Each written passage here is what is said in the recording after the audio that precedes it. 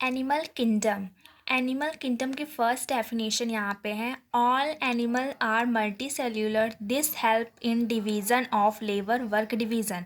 All animals are multicellular, जितने भी animal होते हैं हमारे अर्थ पे सब क्या होते हैं, मल्टी सेल्यूलर होते हैं इन डिवीज़न ऑफ लेबर, और उनको कई कैटेगरीज में डिवाइड किया गया है। चलिए अब देखते हैं कौन सी कैटेगरीज हैं। हमारे अर्थ पे बहुत सारी वैरायटीज़ के एनिमल्स होते हैं जो कि डिपेंड्स होते हैं अदर फॉर फूड के मटेरियल्स पे।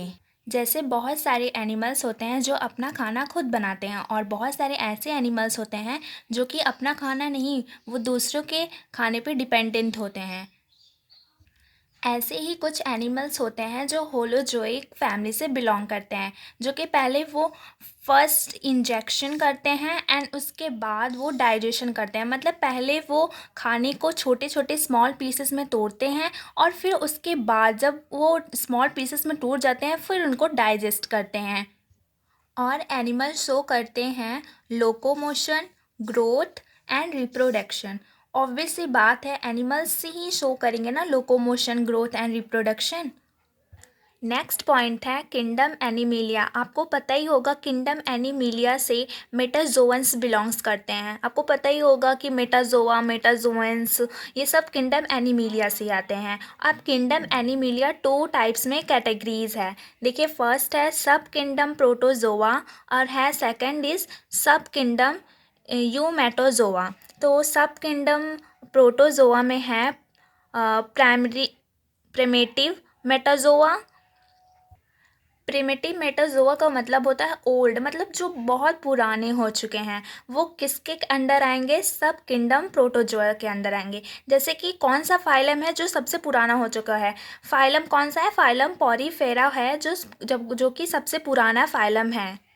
सेकंड है सब किंगडम यूमेटोजोआ। सब किंगडम यूमेटोजोआ में आता है कि ट्रू, यूमेटोजोआ का मतलब होता है, यू मतलब होता है ट्रू, और मेटाजोआ मतलब होता है एडवांस, जो कि ट्रू एडवांस्ड लेवल के जो किंगडम होते हैं वो इस किंगडम में फाइलम में बिलोंग्स करते हैं। तो चलिए अब देखते हैं ऐसे कौन कौन से फाइलम्स हैं, ऐसे कौन कौन से किंगडम्स हैं जो इस फाइलम में बिलोंग करेंगे। सो फर्स्ट फाइलम हमारा है सीलेंट्रेटा, एंड सेकंड फाइलम हमारा टीनोफोरा, फिर प्लेटी हेलमिंथीस, फिर Aschelminthes, Annelida, Arthropoda, Mollusca, Echinodermata, Hemichordata, and last one is Chordata. And अब हम इसके बेसिस ऑफ क्लासिफिकेशन देखेंगे। So let's begin. Basis of classification, हम क्लासिफिकेशन करते ही क्यों हैं, यू नो। लेकिन देखिए सबसे पहली बात ये है, अगर हम क्लासीफाई ही नहीं करेंगे किसी फाइलम को, किसी एनिमल को, तो हमें कैसे पता चलेगा वो किस फाइलम से बिलोंग करता है। तो सबसे पहले हमें उसका फाइलम चूज़ करना पड़ेगा कि उसको कौन से फाइलम में रखें, कौन से फाइलम में ना रखें। तो सबसे पहले हमें बेसिस करना पड़ता है, क्लासिफिकेशन करना पड़ता है। किसका करना पड़ता है, फ्लोएम्स का क्लासिफिकेशन करना पड़ता है। तो पहले क्लासिफिकेशन की डेफिनेशन है, classification is required for better understanding of character of animal and understanding their systematic position. इसका मतलब ये है क्लासिफिकेशन करना हमें इतना इम्पॉर्टेंट क्यों है, क्योंकि जब किसी फाइलम की बेटर अंडरस्टैंडिंग ही नहीं होगी कि हमें इसको किस फाइलम में रखना है, कौन से कैटेगरी में रखना है, और कौन से पोजीशन पे वो बिलोंग करेगा, तब तक हम उसको क्लासीफाई कैसे करेंगे। तो फर्स्ट मोस्ट इम्पॉर्टेंट थिंग है कि हमें उसे क्लासीफाई करना ज़रूरी है। सो यहाँ पे बेसिस ऑफ क्लासिफिकेशन में हमने 10 टाइप्स के क्लासिफिकेशन यहाँ पे किए हैं। फर्स्ट इज है level of organisation, and second है सेमेट्री, थर्ड है germ layer, coelom, body plan, segmentation, notochord, digestive system, respiratory system and circulatory system. So इन्हीं के बेसिस पे हम क्लासीफाई करते हैं किसी को, एनिमल को, कौन से उसकी लेवल ऑर्गेनाइजेशन है, कौन सी सेमेट्री है, कौन सा जर्म लेयर है और सिलोम है, बॉडी प्लान क्या है उसका, नोटोकॉर्ड प्रेजेंट है, सेगमेंटेशन प्रेजेंट है कि नहीं प्रेजेंट है, रेस्पिरेटरी सिस्टम प्रेजेंट है या सर्कुलेटरी सिस्टम प्रेजेंट है या नहीं, सब कुछ इन्हीं के लेवल पे हमें पता चलता है। इन्हीं के बेसिस पे हम एनिमल्स को क्लासीफाई करते हैं, उनके अंदर जाते हैं, उनको देखते हैं कि वो कौन से फाइलम से बिलोंग करेंगे। बेसिस ऑफ क्लासिफिकेशन में हमारा फर्स्ट था लेवल ऑफ ऑर्गेनाइजेशन। तो लेवल और ऑर्गेनाइजेशन मतलब होता है इट मीन्स अरेंजमेंट, किसी की अरेंजमेंट हो रही है तो समझो वो बेसिकली क्या हो जाएगा, लेवल और ऑर्गेनाइजेशन। तो फर्स्ट इसमें आता है सेलुलर लेवल ऑफ ऑर्गेनाइजेशन। तो इसकी डेफिनेशन है animal in which only and only the cell are present and loosely arranged not forming tissue। Example है फ्लोएम पॉलीफेरा। मैंने पिछले बार बताया था आपको नेक्स्ट पॉइंट में कि फ्लोएम पॉलीफेरा मतलब क्या होता है, ओल्ड ना, जो प्रिमिटिव होते हैं। तो एक ही ऐसा फाइलम है जो कि प्रिमिटिव है जिसमें ओल्ड आते हैं एनिमल्स। तो कौन सा है, पॉलीफेरा। पॉलीफेरा एक ओनली वन एग्जाम्पल है जिसमें एनिमल्स जो की कैटेगरीज हैं, वो जो फॉइलम है वो सिर्फ एक ही आता है, वो भी पॉलीफेरा ही आता है। तो सेलुलर लेवल का मतलब क्या होगा, animal in which only and only मतलब केवल एक ही और एक ही सेल प्रेजेंट होती हैं, किसमें, पॉलीफेरा में, और वो लूजली होती है, मतलब कोई इसका फिक्स्ड शेप नहीं होता, ऐसे लूजली अरेंजमेंट की तरह वो टिश्यू की तरह प्रेजेंट होती हैं। और वो कोई नॉट फॉर्मिंग या टिश्यू, और कोई टिश्यू नहीं फॉर्म करती, क्योंकि इस पता ही है एक सेल है तो इस सेल से ही टिश्यू बनता है, पर एक ही सेल है वो भी इनकम्प्लीट ही है, तो समझो वो क्या हो जाएगा, वो हमारा फ्लोएम पॉलीफेरा का एग्जाम्पल हो जाएगा। सो नेक्स्ट हम देखते हैं, सेकंड है टिश्यू लेवल ऑफ ऑर्गेनाइजेशन। अब टिश्यू मतलब ऊतक, ऊतक के लेवल पे हम देखते हैं क्या क्या है। In animal were similarly performing a particular work like digestion, circulation, reproduction etcetera are present together closely forming a tissue. Example है phloem, Coelenterata, Cnidaria and Ctenophora. So in animal were similarly perform मतलब बहुत ही similar perform करता है, वो एक particular function करता है, जैसे ऑल एनिमल्स करते हैं ना, वैसे जैसे वो ऑल एनिमल्स करेंगे डाइजेशन, सर्कुलेशन, रिप्रोडक्शन, नॉर्मली कोई भी एनिमल होगा तो ये सब कुछ करेगा। Present together closely forming tissue. और पता है सेल के अंदर टिश्यू होती है, टिश्यू फॉर्म होती है, तो एनिमल है तो उसके अंदर ग्रोथ होगी, रिप्रोडक्शन होगा, तो टिश्यू से सेल ऐसे रिपीटेड होगा। एंड ये कौन से फाइलम से बिलोंग करते हैं, मोस्ट एग्जाम्पल इसके मतलब याद ही रखने हैं, बहुत बारी पूछा जाता है। तो यहाँ पे पहला है हमारा फ्लोएम सिलेंट्रेटा है, उसके बाद निडेरिया है, और उसके बाद है टीनोफोरा। ये तीन एग्जाम्पल हैं हमारे टिश्यू लेवल ऑफ ऑर्गेनाइजेशन को, जिसको हमको याद ही रखना है। और चलिए नेक्स्ट हम देखते हैं, थर्ड हमारा है organ level of organisation. Organ level organisation की डेफिनेशन है animal where different tissue organ tissue to form an organ to form an specific function.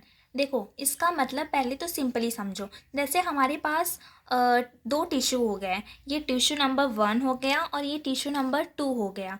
अब टिश्यू से बनता है क्या, टिश्यू से बनता है ऑर्गन। तो सिंपली याद रखो ना, अगर एक सेल है, सेल से क्या बनता है, टिश्यू, एंड टिश्यू से क्या बनेगा, ऑर्गन, और ऑर्गन से क्या बनेगा, organ system, and organ system से क्या बनेगा, ऑर्गेनाइजेशन। आई होप ये सबको पता होगा। सो पहले हमारे यहाँ पे एक टिश्यू था, दो टिश्यू था, तो उससे क्या बना, ऑर्गन। ऐसे हमारे पास 3 टिश्यू हो गए, 4 टिश्यू हो गए, तो उससे भी क्या बनेगा, हमारा ऑर्गन। बेसिकली ये कहने का मतलब है जितने भी हमारे एनिमल्स होते हैं उन सब के टिश्यू से क्या बनता है, ऑर्गन ही तो बनेगा। तो सिंपली यही डेफिनेशन है इसकी, और इसका एग्जाम्पल हो जाएगा प्लैटीहेल्मिन्थेस। डी पॉइंट है हमारा organ system of level of organisation. इसका डिफिनेशन है in animal which various organ are arrange to form a organ system. मतलब क्या है, एनिमल्स जितने भी होते हैं वेरियस ऑर्गन मतलब बहुत सारे ऑर्गन्स, मतलब क्या बनता है, सेल से टिश्यू बनता है, टिश्यू से organ, and then arrange in the organ system. और किस में अरेंज होता है, ऑर्गन सिस्टम में। बेसिकली बात है अरेंजमेंट उनका किस में होगा, ऑर्गन सिस्टम में होगा ना, फिर ऑर्गन सिस्टम किससे क्या बनेगा, ऑर्गेनाइजेशन बनेगा। तो समझो यही है। इसमें क्या क्या आते हैं, देखो फर्स्ट आएगा डाइजेस्टिव सिस्टम, एंड फिर उसके बाद आएगा respiratory system, and third one is आएगा रिप्रोडक्टिव सिस्टम। तो ये 3 हैं मेन, आप याद रखना। सो यहाँ पे इसके एग्जाम्पल्स हैं। फर्स्ट एग्जाम्पल है Aschelminthes, Annelida, Arthropoda, Mollusca, Echinodermata and Hemichordata and Chordata. मैंने हेमिकॉर्डेटा एंड कॉर्डेटा को शॉर्ट फॉर्म में लिख दिया है, आप इसे नोट डाउन कर लीजिएगा।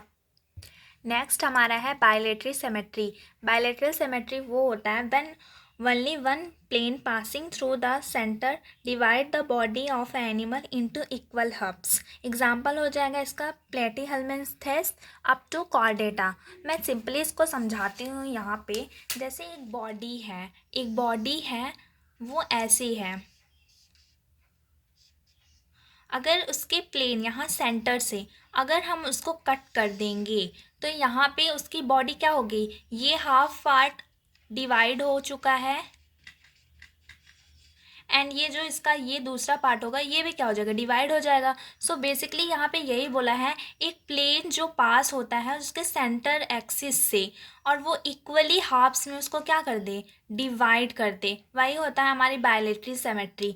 अब देखो प्लैटीहेल्मिन्थेस को आपको पता ही होगा कि वो एकदम प्लेन होता है ना, वो एकदम फ्लैट होता है. तो उसको हम 20 से अगर डिवाइड कर देंगे, उसके सेंटर से अगर डिवाइड कर देंगे तो वो कौन सा एनिमल में आ जाएगा, मतलब कौन सी उसकी सिमेट्री हो जाएगी, उसकी सिमेट्री हो जाएगी बायलेटरल सिमेट्री. तो यहाँ से प्लैटीहेल्मिन्थेस से लेकर अप टू कॉर्डेटा मतलब इसमें आ जाएगा आपका Aschelminthes, Annelida, Arthropoda, Mollusca, Hemichordata, Chordata, मतलब सब कुछ इसके अंदर आ जाएगा. मतलब ऐसी सिमेट्री उसको पास ऑन कर दें, मतलब उसको 2 इक्वल हाफ्स में डिवाइड कर दें. ऐसी सिमेट्री को हम बोलते हैं बाइलेटरल सिमेट्री. चलिए अब नेक्स्ट पॉइंट देखते हैं. एक छोटा सा पॉइंट यहाँ पे है जर्म लेयर. अब देखो जर्म लेयर क्या होती है, आप सबको पता होगा स्पर्म होता है, स्पर्म से क्या बनता है, ओवा बनता है, ओवा से क्या बनता है, जाइगोट, एंड जाइगोट डिवाइड करता है, सेल बनता है, फिर एक सेल से 2 सेल, 2 से 3, 3 से 4, ऐसे जो ऑन चलते रहते हैं.